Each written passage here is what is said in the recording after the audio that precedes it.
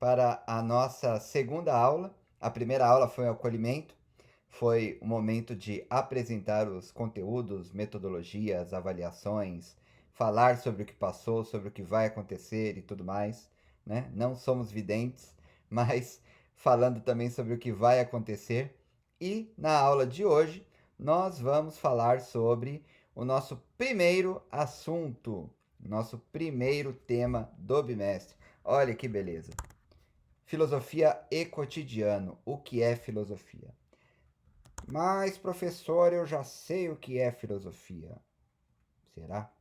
Vamos relembrar? Vamos lá. Ok, muito bem. Será que todos nós somos filósofos em potencial? Eis a grande questão.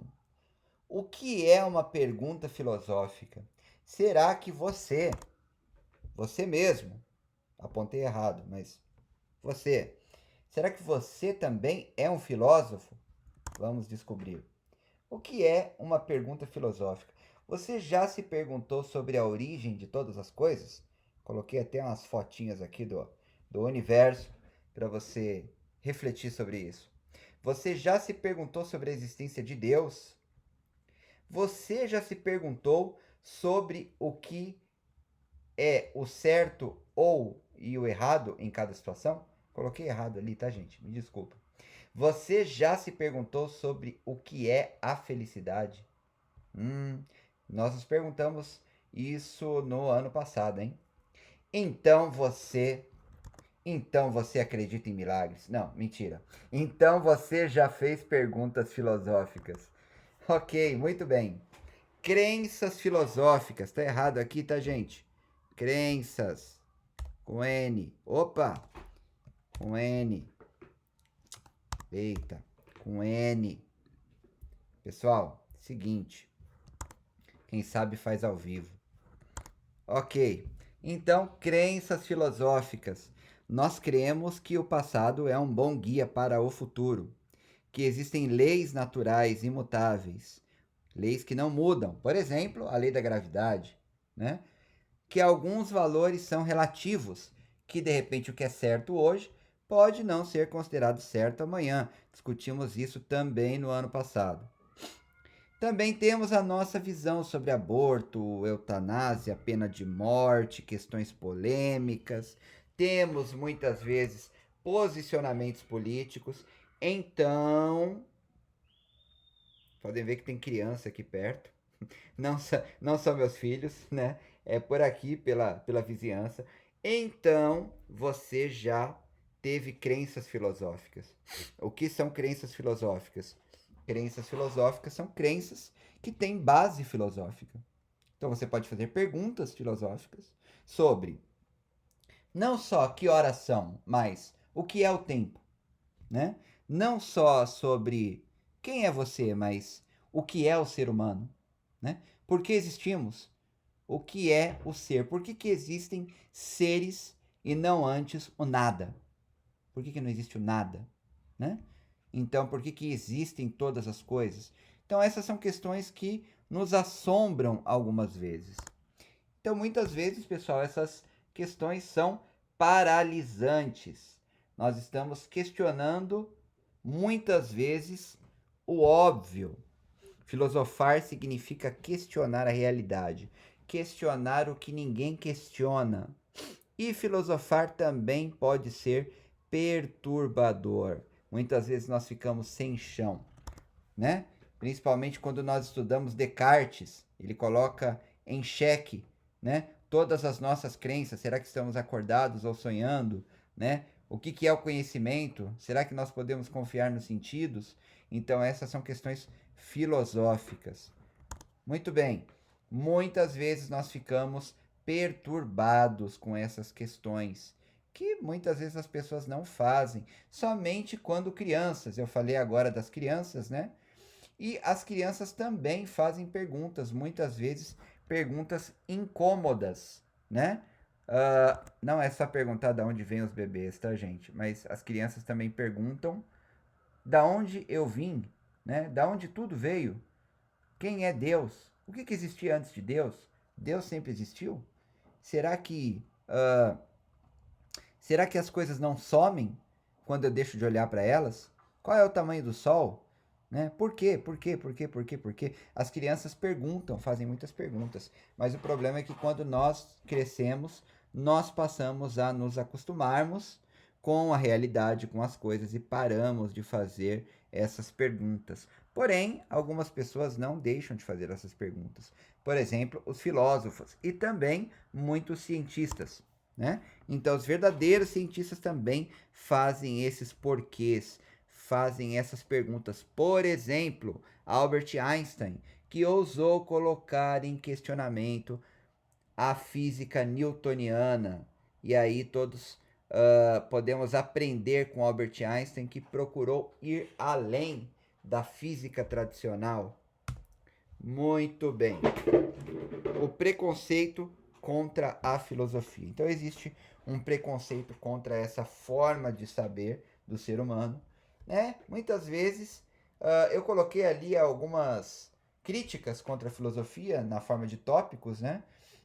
Do que as pessoas costumam dizer da filosofia, dizendo que ela é muito difícil. Será que ela é muito difícil ou não? Será que é uma coisa só para quem estuda muito, né? Algo somente para quem tem dinheiro e tem tempo para isso, para as elites? Será que a filosofia não tem utilidade? Ela não é útil, não tem utilidade prática, né? Será que a filosofia é coisa de esquerdista, né? Será que é coisa de esquerdista, de gente de quem é vagabundo?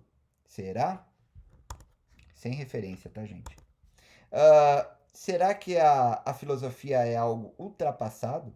Hoje a ciência já pode dar cabo dessas questões? Ou será que a filosofia é algo que não tem relação com a realidade? Então nós temos aí algumas críticas contra a filosofia. As pessoas têm um preconceito contra a filosofia, dizendo que a filosofia não serve para nada. Muito bem, vamos responder esses preconceitos. Será que vamos conseguir? Vamos lá. A filosofia faz parte de nós, então todos nós temos a capacidade de refletir e questionar a realidade. Então a filosofia não é difícil nesse sentido, porque todos nós, como nós já vimos, fazemos perguntas filosóficas, temos também crenças e ideias filosóficas. Então a filosofia está presente em cada ser humano. Nós vamos estudar sobre isso mais para frente, né?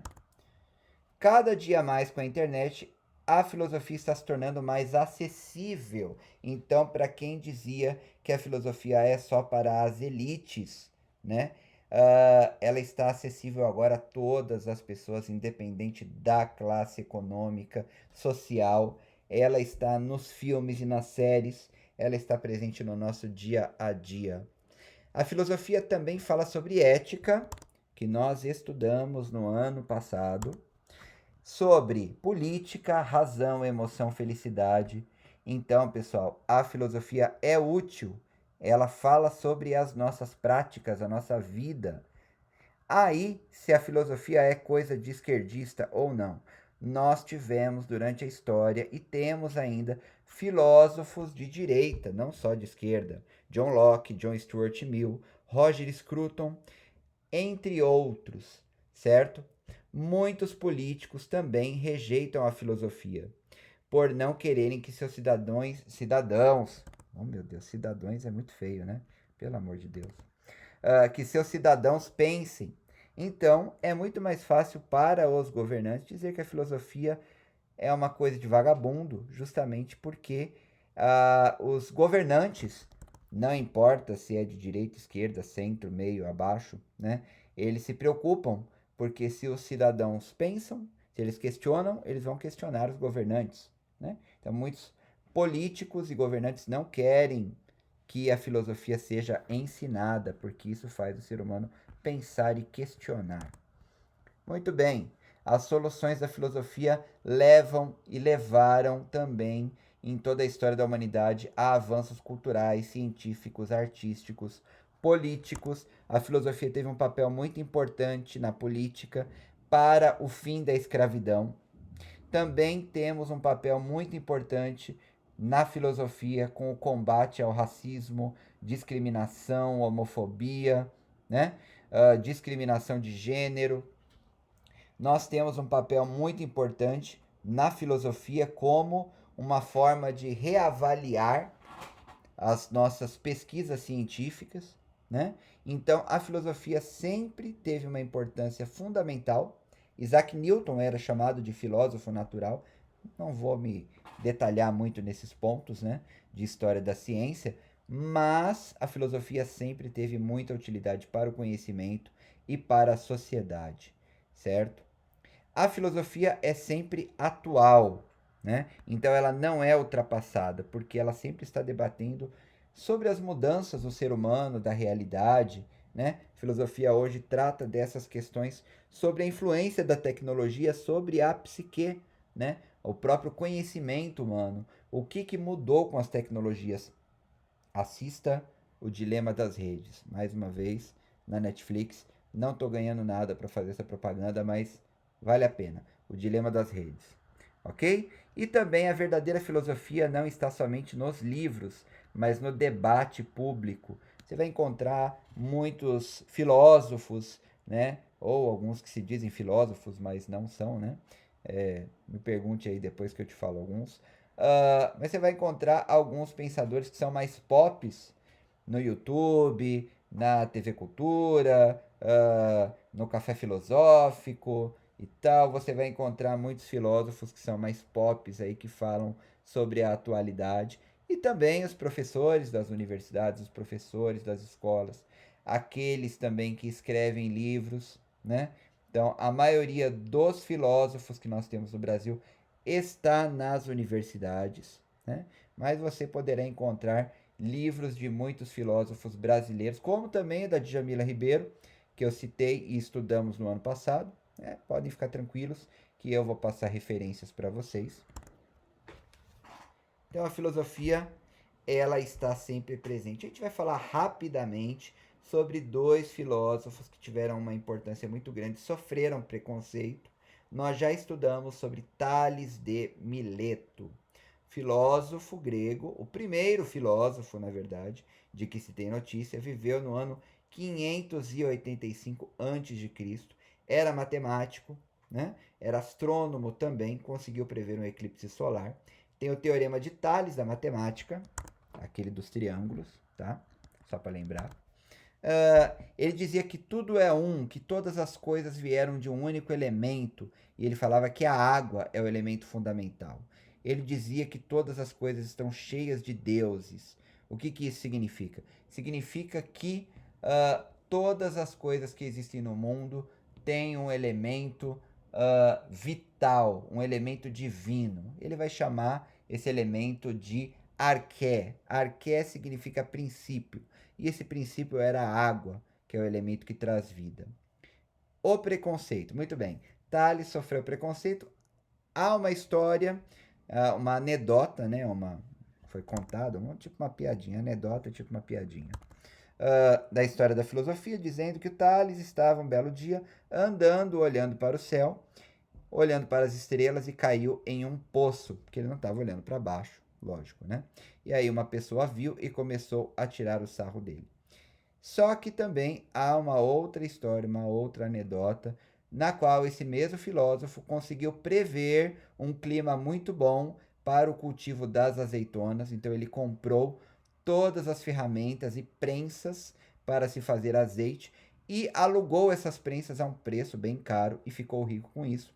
E com isso ele queria mostrar que ele não usava o conhecimento para ganhar dinheiro, mas se ele quisesse ele poderia usar. Então se tem essa ideia do Tales como sofrendo preconceito, aí surgiu aquela ideia de que o filósofo é um cara que vive com a cabeça voada, olhando para as estrelas, pensando na vida, e esse preconceito permaneceu durante toda a história da filosofia, porque com Sócrates da cidade de Atenas, né, que nós já estudamos bastante, não vou me demorar muito nele, foi um dos principais, ou o principal filósofo grego. Não escreveu nenhum livro, mas escreveram sobre ele, principalmente Platão, seu discípulo. Ele discutia filosofia na Ágora. O que é a Ágora? É o centro da cidade, o centro da cidade ateniense, a praça. E ele fazia aquelas perguntas: o que é a coragem? O que é o bem? que é a virtude, né? E ele colocava ali sempre mais perguntas para as pessoas pensarem. As pessoas não gostavam muito, né? Por isso que ele sofreu preconceito. O pensamento de Sócrates deu origem a várias escolas de pensamento. Ele foi criticado, fizeram até uma peça de teatro, né, sobre o Sócrates chamada As Nuvens. O escritor de peças teatrais, né, Aristófanes, da Grécia Antiga, ele, na época do próprio Sócrates, comparou o Sócrates com um sofista, né, com uma pessoa enganadora, e ele colocou o personagem Sócrates na sua peça As Nuvens, num cesto que ficava suspenso lá no ar, né? Falando sobre coisas das estrelas, dos planetas, coisas que não tinham relação com a vida prática. E ele foi julgado e condenado à morte. Todos nós sabemos a história, mas eu vou fazer uma revisãozinha mais para frente sobre a história da morte de Sócrates. Ele foi condenado a beber a cicuta, que era um veneno, né? Foi condenado à morte e aceitou a sua condenação. Ficou bastante famoso esse episódio. Muito bem, então nós vamos encerrar aqui a nossa aula introdutória, certo? Vamos continuar falando sobre esse tema nas próximas aulas. Vamos trabalhar aí esse preconceito contra a filosofia e entender um pouquinho mais sobre a importância dela. É um tema que cai no vestibular, é um tema que aparece no Enem. E por falar nisso, por falar em exercícios, Enem e tudo mais, eu vou falar um pouquinho para vocês sobre o caderno do aluno, que eu vou deixar à disposição de vocês ali no nosso Drive, no link lá da nossa pastinha do Google Drive, certo? Vocês já sabem como acessar. Muito bem, vocês deverão ler esses textos, Filosofia e Vida, e aí já vamos para o que é filosofia, certo? Existe aqui um texto importante e nós já teremos uma atividade, né? Aqui você irá encontrar, a partir da orientação do seu professor, construa em uma folha avulsa um texto evidenciando as características da filosofia como reflexão espontânea e como especialidade do conhecimento acadêmico. Então nós vamos fazer essa atividade, né? Valendo um ponto na média, mas eu ainda vou deixar mais claro para vocês ali no Classroom. Vou deixar bem explicadinha essa atividade para vocês lá. Só estou adiantando isso aqui porque eu vou mandar para vocês tudo direitinho. Ok, gente? Então, até a próxima aula. Muito obrigado por assistir até aqui e até a próxima. Não percam as nossas aulas também no Centro de Mídias. Um abraço.